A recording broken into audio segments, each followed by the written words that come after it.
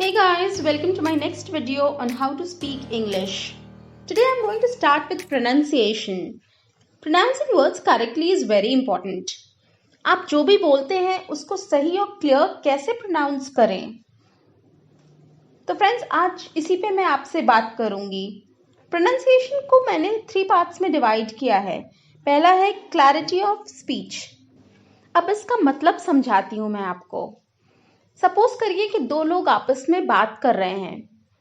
वो दोनों अपनी बात को कितनी अच्छी तरीके से एक दूसरे के सामने रख रहे हैं और वो दोनों एक दूसरे की उन बातों को कितनी अच्छे से समझ पा रहे हैं. इसका मतलब होता है क्लैरिटी ऑफ स्पीच. अब आपके मन में ये सवाल आ रहा होगा कि क्लैरिटी ऑफ स्पीच हम कैसे लाएं. कोई बड़ी बात नहीं है. इसमें आप कौन से वर्ड्स यूज कर रहे हैं, कैसे सेंटेंस बना रहे हैं और उनको कैसे सामने रख रहे हैं, ये सब समझना बहुत इंपॉर्टेंट है. मैं एक एग्जाम्पल के जरिए आपको ये बताना चाहती हूँ. फॉर एग्जाम्पल, अगर मैं बोलूँ कि मैं मार्केट जा रही हूँ, अब इसको इंग्लिश में कैसे बोलें. कोई बोलेगा आई गोइंग, जो इनकम्प्लीट है. किसी ने बोला आई एम गोइंग, ये भी सही है. पर जब किसी ने बोला I am going to the market, वो एग्जैक्टली समझ में आता है कि अच्छा, मैं मार्केट जा रहा हूं. तो ये एग्जाम्पल है एक. My next point is concentrate on words. इसका सबसे आसान तरीका ये है कि जब आप लोगों से बात कर रहे हो तो उनकी बातें बहुत ध्यान से सुने, या फिर कोई ऑनलाइन कंटेंट सुन रहे हो तो उसे भी बहुत ध्यान से सुने. इससे क्या होगा? यही मेरा दूसरा पॉइंट है, which is grasp words and practice. अगर आप ध्यान से सुनेंगे लोगों को तो आप वर्ड्स पिक कर पाएंगे और अपने आप को करेक्ट भी कर पाएंगे. And then of course you have to practice. For example, एक मैं छोटा सा एग्जाम्पल देती हूँ इसको रिलेट करने के लिए. जब कोई बच्चा बॉर्न होता है तो वो बोलना नहीं जानता. वो कैसे सीखता है? वो अपने माता पिता से, या जो भी घर के अराउंड उसके लोग हैं जो उससे बातें करते हैं, वो वैसे ही सीखता है. वो उनको सुनता है, समझने की कोशिश करता है, and then the child starts speaking words से वो शुरू करता है और ऐसा ही वो आगे सेंटेंसेस बोलना सीखता है. तो हमें भी इसी को प्रैक्टिस में लाना है. फ्रेंड्स, अब हम प्रोनाउंसिएशन मिस्टेक्स के बारे में बात करेंगे. ये बहुत कॉमन मिस्टेक्स जो हम करते हैं, और कुछ लोगों को मदर टंग इन्फ्लुएंस भी होता है जिसकी वजह से ये मिस्टेक्स हो जाती हैं. But trust me on this guys, practice से सब ठीक हो सकता है. तो पहला कॉमन मिस्टेक है जो हम करते हैं वो एस और एस एच में, विच इन हिंदी इज स और श. जैसे कुछ वर्ड्स हैं शुड, उसको लोग शुड प्रोनाउंस करते हैं. शैल है तो उसको सैल प्रोनाउंस करते हैं.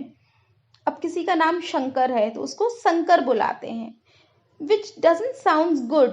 सुनने वाले को भी ये अच्छा नहीं लगता है. So why don't we correct it right away? ऐसा ही एक और एग्जाम्पल है जे और जेड का. इसे भी लोग इंटरचेंज कर देते हैं. फॉर एग्जाम्पल, जेब्रा है तो उसको जेब्रा प्रोनाउंस करते हैं. जुम्बा है तो उसको जुम्बा बोलते हैं. तो इसे भी हमें प्रैक्टिस से करेक्ट करना होगा, because J and Z are two different letters. इनके प्रोनाउंसिएशन अलग है, तो हमें इनके वर्ड जो इनसे स्टार्ट हो रहे हैं उसको भी करेक्टली प्रोनाउंस करना होगा, राइट. और दूसरा डिसएडवांटेज ये है कि if you pronounce a word wrongly, it changes the meaning of the whole sentence. पूरे सेंटेंस का मीनिंग चेंज हो जाता है. एक एग्जाम्पल देती हूँ मैं. जैसे कि I was at the sea last weekend. अब सी के बदले में शी कर देती हूँ उसको. I was at the sea last weekend. So ये पूरा मतलब बिगड़ जाता है इससे और सेंटेंस कोई मायने नहीं रह जाता उस सेंटेंस का. That is why we should try to be perfect. तभी हमें वर्ड्स को प्रैक्टिस करना, समझना, प्रोनाउंसिएशन सीखना बहुत ज़रूरी है. I have also listed a few examples here like sea, see and she. Another one is sell and shell. Third one is show and so. अगर आप इन सब में इंटरचेंज करते हैं वर्ड्स को तो सेंटेंस का मीनिंग कंप्लीटली बदल जाता है, जैसे मैंने आपको प्रीवियस एग्जाम्पल में समझाया. तो इन सब बातों का हमें ध्यान रखना होगा. चलिए अब हम कुछ सिमिलर साउंडिंग वर्ड्स के बारे में बात करते हैं. ऐसे वर्ड्स जिनका प्रोनाउंसिएशन बहुत सिमिलर होता है पर मीनिंग बहुत अलग होती है. अगर किसी सेंटेंस में आप इसे यूज करते हैं, अगर आपने स्वैप कर दिया इन दोनों वर्ड्स को तो उसका सेंटेंस का मीनिंग कंप्लीटली चेंज हो जाता है. तो चलिए देखते हैं कौन कौन से ऐसे वर्ड्स हैं. पहला है बोर्ड, BORED और BOARD. BORED से आप सब फेमिलियर होंगे. जैसे हम कहते हैं हम बहुत बोर हो रहे हैं, कुछ करने को नहीं है, सो वहाँ वो एक बोर्ड है. दूसरा है BOARD विच मीन्स मेरे बोर्ड एग्जाम्स चालू होने वाले हैं, या फिर चॉपिंग बोर्ड, तो वैसे वाला board. Next is break.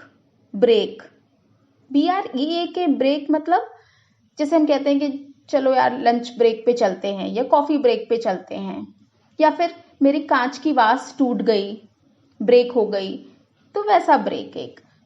The other one is BRAKE which is मेरी कार का ब्रेक खराब हो गया, मेरी बाइक का ब्रेक नहीं चल रहा, वो है एक. Next is course and course. COURSE is के मैंने एक फैशन डिजाइनिंग कोर्स में एनरोल किया है, वो एक कोर्स है. या फिर कहते हैं the river takes its own course. River अपने हिसाब से अपना रास्ता बना लेती है, that is one course. The other one is COARSE which means ये मिट्टी बहुत कोर्स है, वैसा एक. Next is price and price. Price is कि इस मटेरियल की क्या प्राइस है या इस ड्रेस की क्या प्राइस है. द नेक्स्ट PRIZE इज मुझे तो फर्स्ट प्राइज मिला है स्पेलिंग कंपटीशन में, या फिर किसी चीज में भी प्राइज मिला है तो वो. नेक्स्ट इज प्लेन और प्लेन. PLAIN मीन्स ये ड्रेस मुझे बहुत प्लेन लग रही है, बहुत सादी लग रही है. नेक्स्ट इज PLANE मैं प्लेन से दिल्ली गई थी, सो वो plane. Next is dessert. DESSERT means कुछ मीठा, जब खाने के बाद हम कुछ मीठा खाते हैं उसको डेजर्ट कहते हैं. The other desert is DESERT is रेगिस्तान. ओके, सो फ्रेंड्स बेसिकली मैं यहाँ पर आपको वर्ड्स बता रही हूँ कि ये सिमिलर साउंडिंग वर्ड्स की कैटेगरी में आते हैं ये सारे, और मैं उन वर्ड्स को एक्सप्लेन कर रही हूँ कि उनका मतलब क्या होता है. मैं अभी सेंटेंस कंस्ट्रक्शन में नहीं जा रही, क्योंकि मेरा पॉइंट अभी यही है कि मैं आपको बताऊं कि कैसे कैसे वर्ड्स होते हैं और क्या उनके मतलब होते हैं. Guys, thank you for watching my video. I'll be back with more such content and interesting videos. Please like, share and subscribe my channel. Bye bye.